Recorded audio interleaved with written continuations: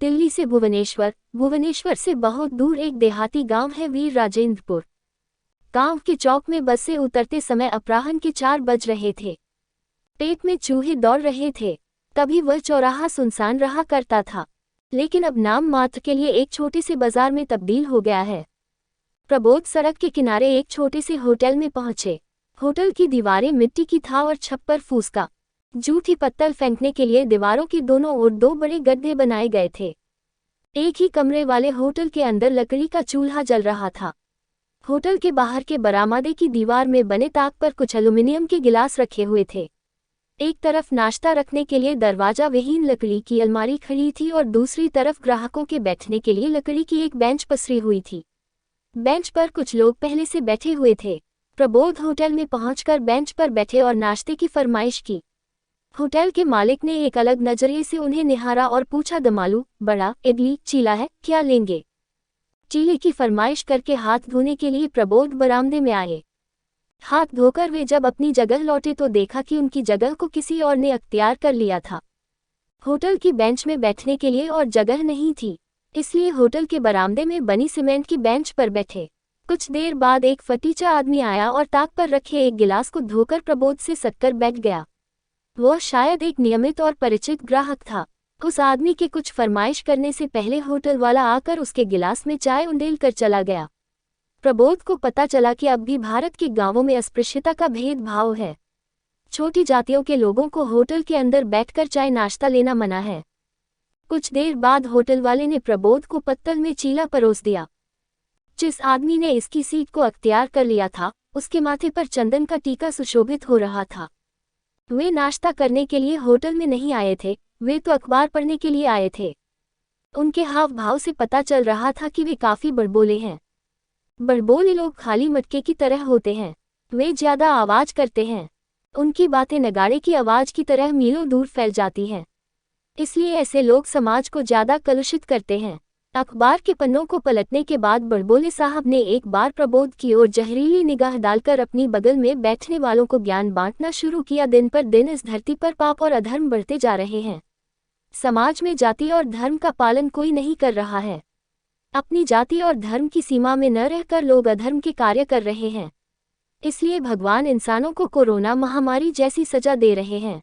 सबसे दुखद बात यह थी कि उनके पास बैठे हुए लोग उनकी बातों का समर्थन करते हुए सिर हिला हिलाकर सम्मति प्रकट कर रहे थे। प्रबोध के पास बैठे हुए उस सहृदय दलित व्यक्ति ने कांटे की तरह चुभने वाली बातों से उनका ध्यान हटाने के लिए पूछा, आप कहाँ से आए हैं और कहाँ जाएंगे? प्रबोध ने कहा कि भुवनेश्वर से आया और वीर राजेंद्रपुर शासन गांव जाऊंगा। उसने फिर पूछा, वह गांव आपका गांव है क्या? उस गांव में आपका घर है? प्रबोध ने कहा, वीर राजेंद्रपुर शासन में नहीं है, वहां से 12-14 मील दूर वीर पुरुषोत्तमपुर गांव में है। काफी साल बाद गांव लौट रहा हूं, लेकिन आज मैं अपने गांव नहीं जाऊंगा। कुछ देर तक चुप रहने के बाद उस आदमी ने फिर पूछा, वीर राजेंद्रपुर शासन गांव में किसके यहाँ जाएंगे आए? प्रबोध ने कहा, वहां एक मठ है, उस मठ में जा रहा हूं, आए। मठ की बात सुनते ही वह आदमी तनिक मुस्कुराते हुए प्रबोध की दाढ़ियों को निरखने लगा। प्रबोध ने मुस्कुराने का कारण पूछा तो उस आदमी ने कहा, बाबूजी, हम हिंदू हैं, फिर भी मठ मंदिरों में हमारा प्रवेश मना है, और आप? प्रबोध ने सोचा कि किस युग में ये लोग जी रहे हैं। प्रबोध की उंगलियां अपने आप उनकी बड़ी हुई दादियों की ओर चली गईं।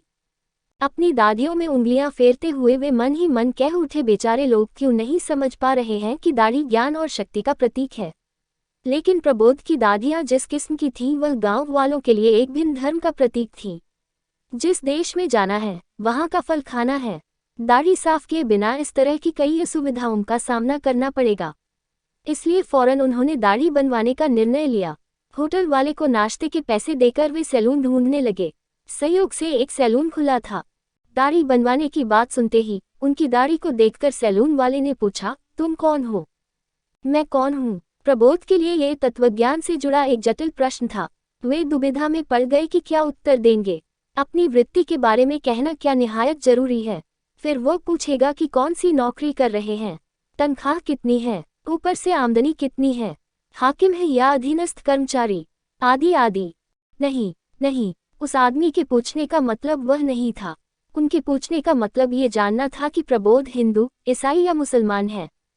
चौराहे के चारों ओर बसे हुए थे ब्राह्मणों के कई गांव तथा अन्य सवर्ण लोगों के अनेक गांव। उनके सैलून में आज तक उस इलाके के किसी दलित ने हजामत बनवाने की हिम्मत नहीं की है। शादी ब्याह और गृह प्रवेश जैसे शुभ कार्यों में भी उसे 2 पैसे मिल जाते थे। यदि किसी दूसरे धर्म या दलित वर्ग के किसी व्यक्ति की हजामत बनाते हुए उसे किसी ने देख लिया तो वे लोग फिर उसके सैलून में नहीं आएंगे। ब्याह और गृह प्रवेश आदि कार्यों में उसे कोई बुलाएगा नहीं। आज का युग प्रतियोगिता का युग है। इसमें व्यक्तिगत भावनाओं, मानवता और दया के लिए कोई जगह नहीं। इन लोगों की हजामत बनाकर वह अपने पैरों में कुल्हाड़ी क्यों मारेगा? इसलिए उसने जाति धर्म की बात पूछ ली। सैलून वाले को क्या उत्तर देगा सोचते सोचते अपने आप प्रबोध के मुंह से निकल आया, मेरे माता पिता ने मुझे हिंदू संतान के रूप में पैदा किया था। टेढ़े उत्तर से सैलून वाले का मुंह बंद हो गया। कोई और प्रश्न पूछे बिना ही वह हजामत बनाना शुरू करने लगा। हजामत का काम चल रहा था। प्रबोध ने ईश्वर की खोज में अपने सामाजिक सर्वेक्षण की प्रक्रिया के सिलसिले में पूछा, मैं समझ रहा हूं कि तुम काफी धर्म विश्वासी और ईश्वर विश्वासी हो। तुमने कभी ईश्वर को देखा है? सैलून वाले ने कहा कि आप पहले मेरे प्रश्न का उत्तर दीजिए, फिर मैं आपके प्रश्न का उत्तर दूंगा। मैं पूछता हूं कि क्या इस दुनिया में न्याय नहीं है? प्रबोध ने कहा कि कैसा अजीब प्रश्न है तुम्हारा। अब मेरी दाढ़ियां कौन बना रहा है? तुम न्याय नहीं हो क्या? सैलून वाले ने प्रबोध को समझाते हुए कहा, ठीक है, इस दुनिया में ढेर सारे न्याय हैं, तो फिर आपके चेहरे पर दाढ़ियां क्यों भरी हुई थी? प्रबोध ने उत्तर दिया, चूंकि मैं अब तक किसी न्याय के यहाँ गया नहीं था। सैलून वाले ने समझा दिया, ईश्वर वैसे हैं, सभी ईश्वर के पास जाते नहीं हैं, जो जाता है उसे दर्शन मिलते हैं। हजामत का काम खत्म होने के बाद प्रबोध ने सैलून वाले की प्रतिक्रिया जानने के लिए उसकी ओर पैसे बढ़ाते समय मजाक में कहा, मैं एक ईसाई हूँ। ये जानकर कि तुम मेरी दाढ़ियां नहीं बनाओगे, मैंने झूठ मूठ में खुद को हिंदू बताया था। प्रबोध वहां से लौट रहे थे। धर्म नष्ट होने के आतंक से आतंकित होकर सैलून वाले ने गालियां बकना शुरू कर दिया, जो प्रबोध के कानों में साफ गूंज रही थी। वे गालियां ओइरा लोक साहित्य के लिए काफी दुर्लभ थीं और संग्रह करने के लायक थीं। उस तरह की गालियां अब शहरों में सुनने को मिलती नहीं है। प्रबोध 4 मील का रास्ता पैदल चलकर वीर राजेंद्रपुर शासन गांव में पहुंचे। बचपन की बातें याद आने लगी। प्रबोध और चक्रधर दोनों मित्र थे। प्रबोध और चक्रधर के बचपन की स्मृतियां एक बहुमूल्य पुस्तक की तरह थी, जिसके प्रत्येक अक्षर में हीरे, मोती और मानिक जड़े हुए थे। उनकी मित्रता आकाश की तरह विशाल थी, जिसमें चांद मुस्कुरा रहा था, सूरज चमक रहा था और तारे झलक रहे थे। समय के प्रवाह ने दोनों को अलग कर दिया था। प्रबोध पढ़ने के लिए दिल्ली चले गए। वहां शोध कार्य किया और प्राध्यापक बने। मार्क्सवादी विचारधारा से प्रभावित हुए और धर्म को अफीम कहकर धर्मच्युत हुए। सेवानिवृत्ति के बाद आजकल वे उत्तर आधुनिक हेतुवादी गोष्ठी नाम से एक संस्था खोलकर देश के भिन्न भिन्न स्थानों में लोगों को प्रेरणादायक भाषण देते रहते हैं और ईश्वर के अस्तित्व को अस्वीकार करते हैं। उनका तर्क है कि मानव के जीवन में आपदाओं के आने से जो बड़ी बड़ी समस्याएं उपजती हैं, उनके समाधान का रास्ता विज्ञान ने ही निकाला है। विज्ञान ने ईश्वर को पराजित किया है, इसलिए मानव के जीवन में ईश्वर का हस्तक्षेप दिन प्रतिदिन कम होता जा रहा है। उनके अनुसार ईश्वर मानव मन में उपजा एक भय है, उसके अलावा और कुछ नहीं है। ज्ञानोदय युग के बाद यह विश्व ईश्वर के नियमों के बदले वस्तुवादी नियमों के द्वारा परिचालित होने लगा है। अनेक बड़े बड़े नैतिक तत्वों का निर्माण भगवान के उल्लेख के बिना भी हो पा रहा है। इसलिए जर्मनी के दार्शनिक फ्रेडरिक नीत्शे ने बहुत वर्ष पहले ईश्वर की मृत्यु की घोषणा की। प्रबोध प्रचार कर रहे थे, समय आएगा जब ईश्वर पर विज्ञान अपने प्रभुत्व का विस्तार करेगा। उस समय लोगों को ईश्वर से मुक्ति मिल जाएगी। 30 वर्षों बाद उनका मित्र प्रेम उन्हें खींच लाया था अपने गांव की ओर। गरीब परिवार में जन्मे बचपन के मित्र चक्रधर अपने इलाके के मठ के महंत जी की देखभाल में धर्म शिक्षा ली और मठ के महंत जी के देहांत के बाद उसी मठ के महंत बने।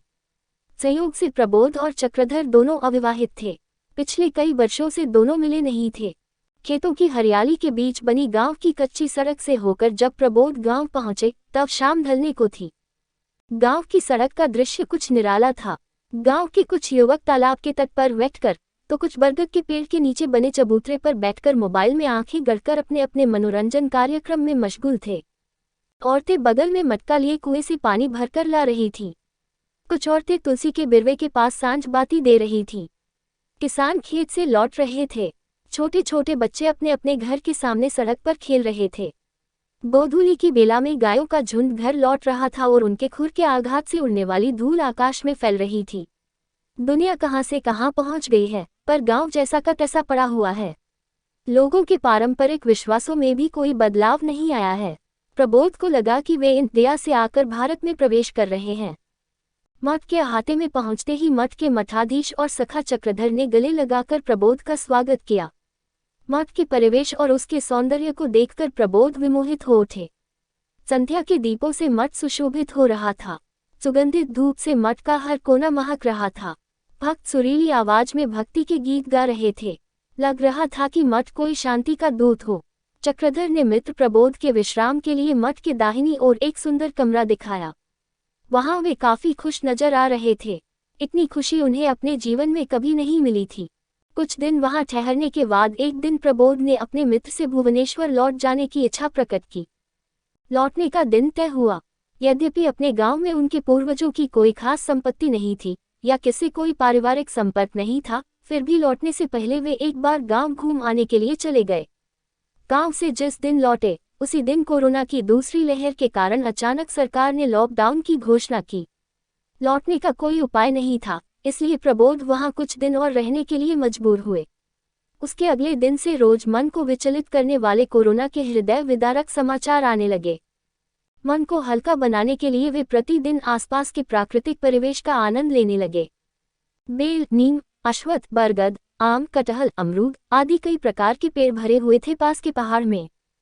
पहाड़ में बनी पगडंडियों को देखकर लग रहा था मानो कई विशाल अजगर पहाड़ से जकड़े हुए हों।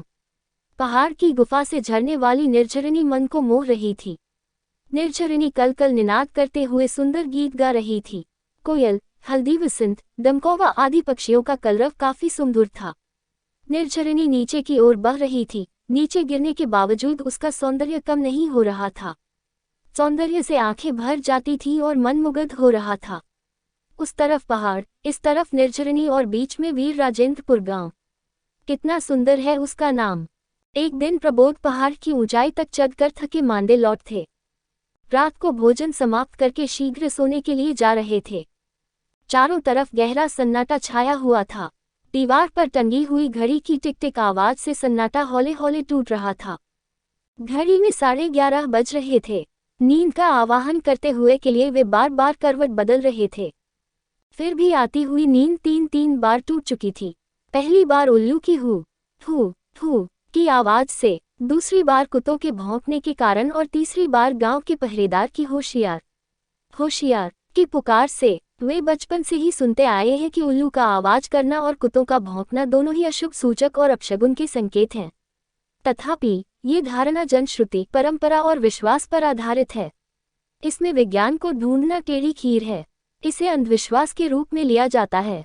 चूंकि वे एक हेतुवादी हैं, उनका इस पर विश्वास नहीं था। प्रबोध ने फिर सोने की कोशिश की। पलकें कुछ बोझिल सी लग रही थी। धीरे धीरे नींद उनके नियंत्रण में आने लगी थी। कहीं से रोने की आवाज उनके कानों में गूंजने लगी। रोने की आवाज के कारण उनकी नींद चौथी बार टूट गई। उन्होंने खींच भरी आवाज में अपने आप से कहा, ये लोग आज मुझे सोने नहीं देंगे। उन्होंने खुद को ढाढ़स बंधाया, कोई रोता है तो रोने दो, मुझे उससे क्या मतलब है। रोने की उस आवाज को उन्होंने अपने दिमाग से बाहर निकालने की कोशिश की। फिर भी रोने की आवाज लगातार उनके दिल और दिमाग को मथ रही थी। धीरे धीरे रुदन की सामूहिक आवाज बढ़ने लगी। उन्होंने जानने की कोशिश की कि किसकी मौत से ढेर सारे लोग इकट्ठे रो रहे हैं। सामूहिक रुदन के स्वर को टालना उनके लिए संभव नहीं था। उन्हें पक्का विश्वास हो गया कि गांव में किसी की मौत हो गई है। प्रबोध मन में जिज्ञासा लिए मठ की ओर बढ़ने लगे। मठ के दरवाजे की कुंडी को हिलाते हुए आवाज दी, चक्रधर, चक्रधर। उनकी आवाज को सुनकर चक्रधर ने दरवाजा खोला और अंदर बुलाया। कहा, मुझे पता है कि तुम्हें नींद नहीं आई होगी। प्रबोध ने पूछा, गांव में किसी की मौत हो गई है क्या? चक्रधर ने कहा, एक की नहीं, एक साथ एक ही परिवार के 3 लोगों की मौत हुई है। सभी कोविड पॉजिटिव थे। शहर में उनका इलाज चल रहा था। उनकी लाश आई नहीं है, आने की संभावना भी नहीं है। मौत की खबर सुनकर गांव में दुख पसरा हुआ है। गांव के सभी लोग उस परिवार के बचे हुए बाकी के सदस्यों को तसल्ली देने के लिए उनके दरवाजे पर इकट्ठे हुए हैं। लाश आती तो परिस्थिति कुछ अलग होती। हो सकता है कि लाश को कंधा देने के लिए कोई नहीं आता। ये सच है कि ईश्वर जिन्हें धन, ज्ञान, शिक्षा और स्वास्थ्य देते हैं, वे उन्हें भूल जाते हैं। जिनके जीवन सिर्फ दुख, पीड़ा, गरीबी, बेकारी, बुरी सेहत से भरी हुई है, वे ईश्वर को दृढ़ता के साथ सीने से चिपकाए हुए हैं। इसलिए सभी सिर्फ हे भगवान कहते हुए बिलक बिलक कर रो रहे हैं। प्रबोध ने पूछा, तो फिर क्या सिर्फ दुखियों के साथ ईश्वर का नाता है? यानी मानव के दुख और दुर्दशा के साथ ईश्वर का सीधा संपर्क है। तब दुखियों के इस बुरे समय में ईश्वर कहाँ चले गए? जो वर्षों से उनकी पूजा अर्चना करते आ रहे थे, उन्हें ईश्वर बचा क्यों नहीं पा रहे हैं? इस संकट के समय कोई कह नहीं रहा है कि ईश्वर हमें दवाई या टीका दीजिए। सिर्फ विज्ञान और वैज्ञानिकों की लेबोरेटरी पर हमारा भरोसा क्यों है? आज कोरोना महामारी ने सबके मन में डर उत्पन्न किया है। डर वायरस कोरोना वायरस से अधिक महामारी है। इस डर के कारण ज्यादा लोग मरेंगे। मौत से पहले काफी लोग जिंदा लाश में तब्दील हो जाएंगे। कोरोना महामारी में तुम्हारे ईश्वर कहाँ हैं? चक्रधर ने समझाते हुए कहा, दुख और पीड़ा से बचने के लिए ईश्वर की प्रार्थना की जा सकती है, लेकिन उसके लिए ईश्वर को उत्तरदायी नहीं ठहरा जा सकता। खुद दुख और पीड़ा को सहेंगे तो जीवन में अचानक आने वाली घटनाओं का हम सामना कर पाएंगे। इसके अलावा हमारे जीवन में ईश्वर की एक सामाजिक भूमिका भी है। धर्म समाज को एक व्यवस्था प्रदान करता है और विभिन्न उपायों से जीने के तरीके को नियंत्रित करता है। इसलिए हर क्षेत्र में हमारे लिए ईश्वर का दयालु और करुणाशील होना जरूरी नहीं है। प्रबोध ने पूछा, तो फिर ईश्वर और विज्ञान के बीच जो प्रतियोगिता चल रही है, उसमें विजय किसकी होगी? कौन दीर्घायु होगा? किसकी आयु कितनी है? चक्रधर ने समझाते हुए कहा, कोविड का टीका लेने के बाद भी कोरोना के जीवाणु से आक्रांत होकर रोगी मर रहे हैं। कोई भी दवाई काम नहीं कर रही है। सभी प्रकार की चिकित्सा विफल हो रही है और अंत में मृत्यु की विजय हो रही है। ईश्वर के प्राधिकार को चुनौती देने के लिए किया गया वैज्ञानिकों का आविष्कार सफल हो नहीं पाया है। अतीत में इस तरह के कई संकट आए हैं, लेकिन तुम यदि सोचते हो कि उस तरह के उन संकटों को रोकने में ईश्वर असफल हुए हैं, तब भी ईश्वर से कोई भी दूर नहीं हुआ है। लोगों को संकट का समाधान करना ईश्वर का एकमात्र काम नहीं है। वे लोगों को पीड़ा और यातना के बीच जीना सिखाते हैं। जब मानव समाज किसी बड़े संकट का शिकार होता है, तब लोगों को अपने विश्वास और आस्था को कायम रखने के लिए किसी सांत्वना के स्रोत की आवश्यकता पड़ती है। ईश्वर उस सांत्वना के स्रोत है। अज्ञात की असीमता और विज्ञान की सीमितता के बीच ईश्वर की सत्ता स्थित है। ये सच है कि विज्ञान की प्रगति के साथ कई असमाधित समस्याओं का समाधान हुआ है, तथापि अब भी विज्ञान की सीमा के बाहर बहुत कुछ अज्ञात है। विज्ञान की व्याख्या के बाहर जो है, अब तक उसे हम लोगों ने ईश्वर का नाम दिया है। अब भी बहुत कुछ ज्ञानातीत है, भविष्य में उसका पता लगेगा। इसलिए ईश्वर की आयु लंबी होने जा रही है।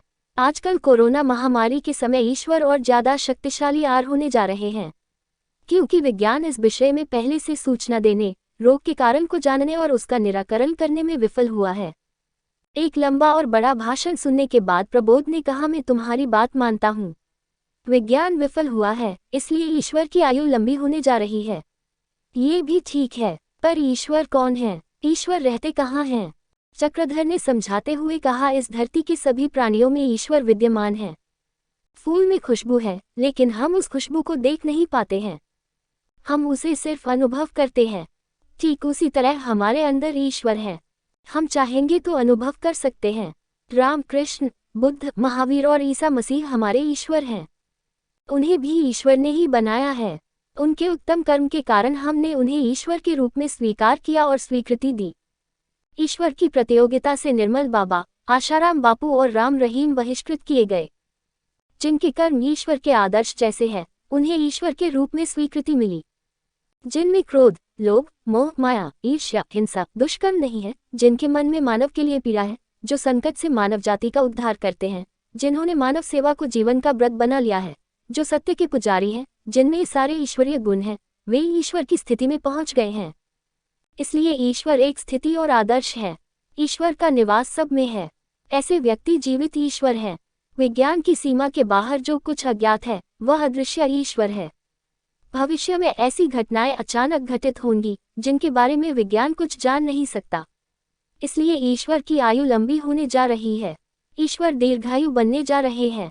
इसलिए तुम भी एक ईश्वर हो। मैं भी एक ईश्वर हूँ। प्रबोध चौंक उठे, पूछा, मैं कैसे एक ईश्वर हूँ? चक्रधर ने समझा दिया, तुम इस संसार से अंधविश्वास, कुसंस्कार आदि को दूर करने के लिए सतत प्रयास कर रहे हो, दलित और वंचितों के दुख को समझ रहे हो, इसलिए तुम भी एक जीवित ईश्वर हो। पौ फटने वाली थी। सूरज के निकलने से पहले आसमान में प्रकाश देखने को मिला। पुजारी ने मठ के मंदिर के अंदर प्रातःकालीन शंख बजाया। शंख की ध्वनि चारों ओर गूंजती रही। रोने की आवाज आहिस्ते आहिस्ते शांत हो रही थी। मित्र चक्रधर की बातों को सुनकर ईश्वर की खोज में अपने सामाजिक सर्वेक्षण को उसी दिन से समाप्त करने की प्रबोध ने घोषणा की।